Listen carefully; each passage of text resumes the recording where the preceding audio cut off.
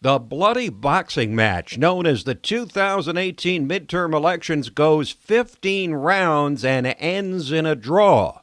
Welcome back into Liberty Nation Radio, a production of LibertyNation.com and heard from coast to coast on the Radio America Network.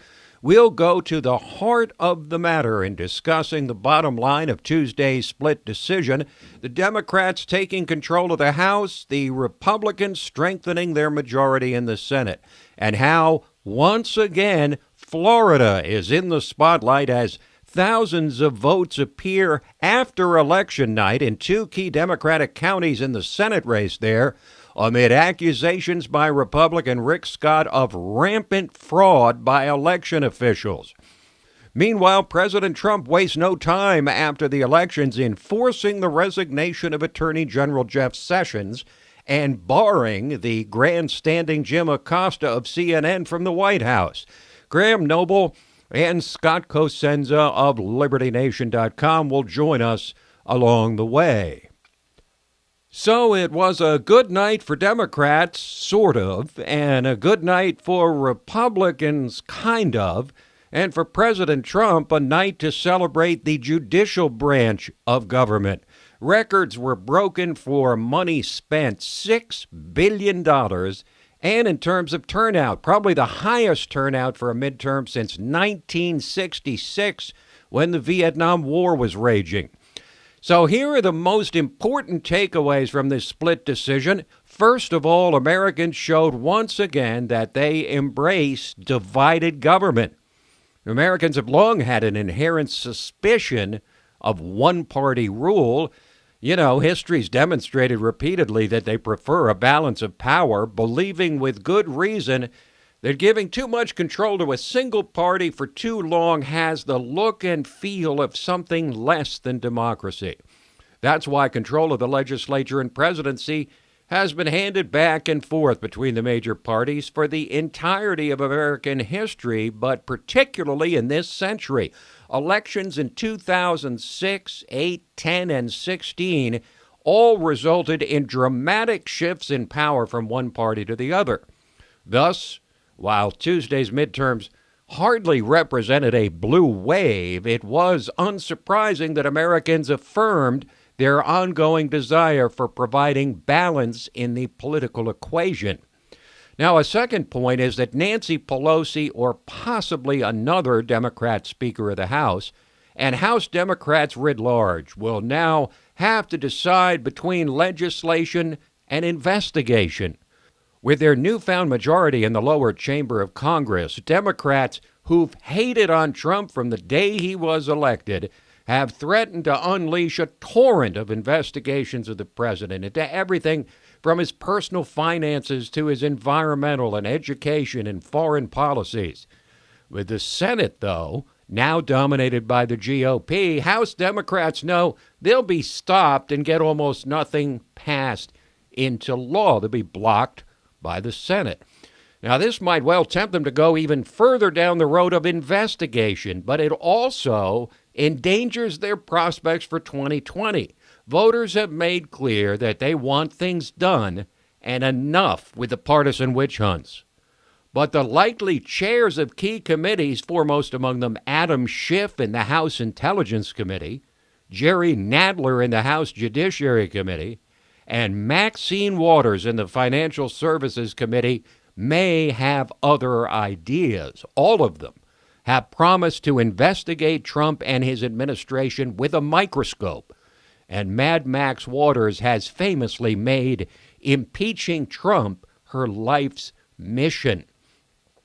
Another key point, the far left had a bad night, but not as bad as it might look.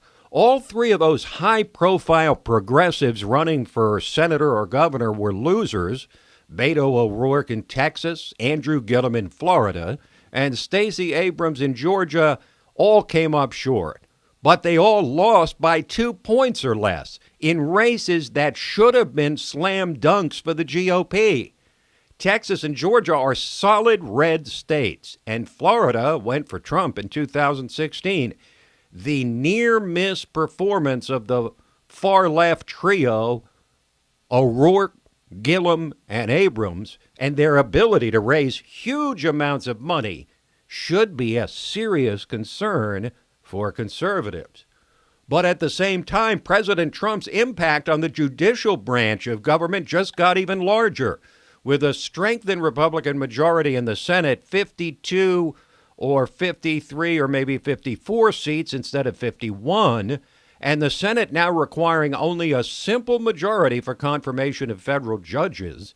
The president should have a glide path in continuing his record pace of appointing judges, and he may even get a third Supreme Court pick before the dust clears. He'll no longer have to beg for votes from the likes of moderate Republicans like Susan Collins and Lisa Murkowski. Meanwhile, the left had heart palpitations this week with word that their favorite justice, 85-year-old Ruth Bader Ginsburg, was hospitalized with fractured ribs, the result of a fall, but she was released a day later and is reportedly okay. In the end, though, this election consolidated the power of President Trump. It's undeniable that Trump's tireless campaigning, his electric campaign rallies before massive and adoring crowds, contributed mightily to Senate pickups by Trump-friendly candidates in Missouri and Indiana and Florida and perhaps Arizona. And his late appearance in Texas may just have saved Ted Cruz, who secured a surprisingly narrow victory over progressive godsend Beto O'Rourke. Now, given this infusion of reliable Trump loyalists in the Senate, the departure of Trump critics Jeff Flake and Bob Corker, and the retirement of 40 soft Republicans in the House before these elections, something unthinkable before November 8th, 2016 is now reality. The GOP has become truly the party of Donald Trump. Were those 40 Republicans who quit the House before the election responsible for the GOP losing the House? Will a Democrat House serve as the perfect foil for Donald Trump as he now prepares for his re-election campaign in 2020? We'll talk over those points and more about the 2018 midterms with LibertyNation.com chief political correspondent Graham Noble in a moment.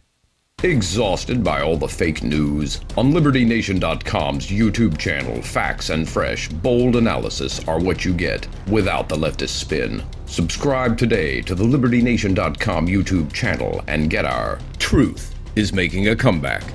America's Top Stories. With LN Editor-in-Chief Lisa K. Donner, an alternative to the leftist programs on TV. 5 facts. Just the facts, ma'am. Without the liberal bias. LN Radio, syndicated from coast to coast on the Radio America Network. Listen to all the big names in politics with your host, Tim Donner. LN TV, the right analysis with our Liberty Nation authors from across the globe. The Uprising Podcast, fun and entertaining commentary on what's really going on in the swamp with Scott Cosenza and Tim Donner. All this and more when you subscribe to the LibertyNation.com YouTube channel today, because Truth is making a comeback.